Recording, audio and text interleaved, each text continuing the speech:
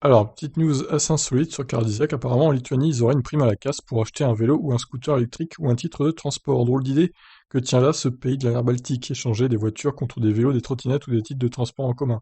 Pourtant, il semble bel et bien que cela fonctionne. Nous n'aurions probablement pas ce débat en France tant l'industrie automobile tient une place majeure, et tant l'argument de l'emploi, si souvent avancé par les patrons de grands constructeurs, est sensible. Mais en Lituanie, il est possible de prendre des décisions radicales sans être trop inquiété par l'industrie auto quasi inexistante. Le gouvernement a en effet lancé un programme de prime à la casse inédit. En France, elle consiste à vous encourager à vous débarrasser de votre auto pour en acheter une autre, plus récente, moins polluante, en tout cas sur le papier, et donc plus écologique.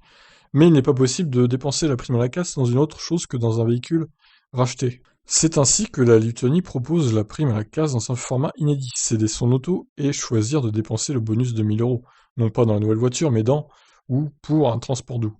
Deux roues, scooter électrique, moped, vélo, vélo électrique et même un abonnement pour les transports en commun, tout est possible. Évidemment, si l'auto-reprise vaut moins de 1000 euros, cette prime devient encore plus intéressante.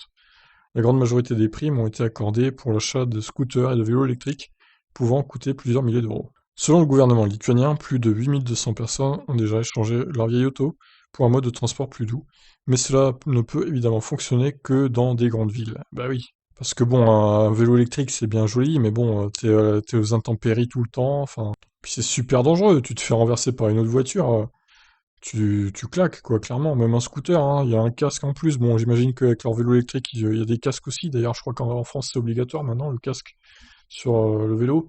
Mais bon, scooter, c'est dangereux aussi. Donc voilà. Il me semble bien qu'en Lituanie, ils ont un bon bonus écologique aussi pour les voitures électriques. Donc clairement, le gouvernement lituanien a fait plein d'efforts pour verdir ces modes de transport.